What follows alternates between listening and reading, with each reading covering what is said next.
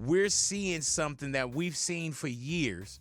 But Matt, for some reason, when you seen like the murder of George Floyd, you know what I'm saying? Did that one, the protest, everything after, did it feel different to you? Like we've seen it. And I don't know if it's Right. 2020 with Breonna Taylor, you know, Ahmaud Arbery. Like, I don't know what's, that felt like the straw and the camel's back for some Yeah, reason. I think the fact that obviously, unfortunately, most times when they kill us, they shoot us, and there's not much suffering. I think the fact that the world for nearly 9 minutes saw this man suffer and take his last breaths in front of our eyes as he's begging, still politely saying, "Sir, I can't breathe. Sir, I Yeah. can't breathe," calling out for his dead mom. My mom is dead. My mom passed from cancer, and I couldn't imagine being in a situation that I'm calling for someone who's Yeah, not even man. on earth anymore. You know what I mean? I think that really tugged on people's heartstrings. So I definitely think, and like you said, since then, that hasn't even been the last one, which is the unfortunate situation. It's happening daily. I think for the first time in 400 years, they hear us. You know what I mean? And obviously, no one is a fan of, destroying businesses, because we all understand how tough it is, no matter what color you are, to have a business. But everything else doesn't work. The silent protest hasn't worked. The fist in the air hasn't worked. The cap took was hijacked. So everything we've done up to this point hasn't worked. So they always want to criticize, well, you shouldn't do it this way. You shouldn't do it that way. Well, we had to do it this way. And now for the first time, the world is listening. So I think what's important here, Big, from moving forward is what are we asking for now? What is our plan? Yeah. We've proven our point. They hear us. We've marched. We've looted. We've rioted, whatever you want to call it. But what's next? And Yeah. What do we that's do something else. now?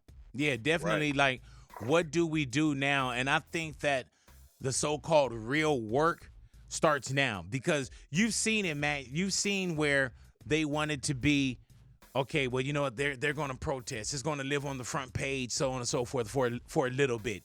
Even when I start to see companies come out and say, "Oh, Black Lives Matter," I'm like, you might as well put ... now, But come on Right. out and do what you're going to do. But I know that even there's organizations and companies that was hoping that things would blow over, where you don't have to make a stance, where you don't have to hold people accountable.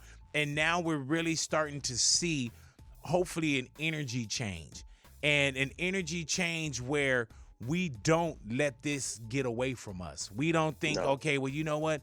We're going to get right back into it, and they heard us for a little bit.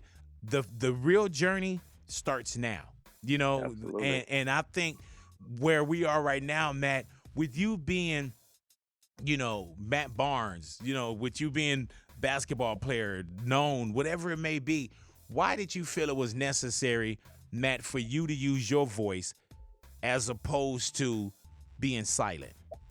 Because I've experienced racism, Big, since I was 8 years old, Born? 9 years Oh, okay, old. yeah, yeah, exactly. So I was, when I first grew up, I was in San Jose, so I was in a predominantly Black, Mexican, Asian neighborhoods and schools. And then when I moved to Sacramento, although we lived in similar neighborhoods, my parents put me in white schools. So from the very jump, I want to say third grade, I was this, that, you can't play with us.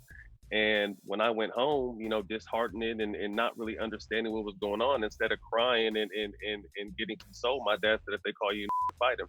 Yeah. So from 9 years old is when I started just fighting everybody, fighting so much that I got to the point where my mom had to come work at our school, like during recess and lunch break. You know what I mean? But through that, unfortunately, is when kids started giving me a chance and allowing me to play with them and really kind of starting to get to know me. And then from there on out, it was fine. And then in high school was really kind of the culmination of it, when my sister, there was a kid that called my sister and spit in her hair.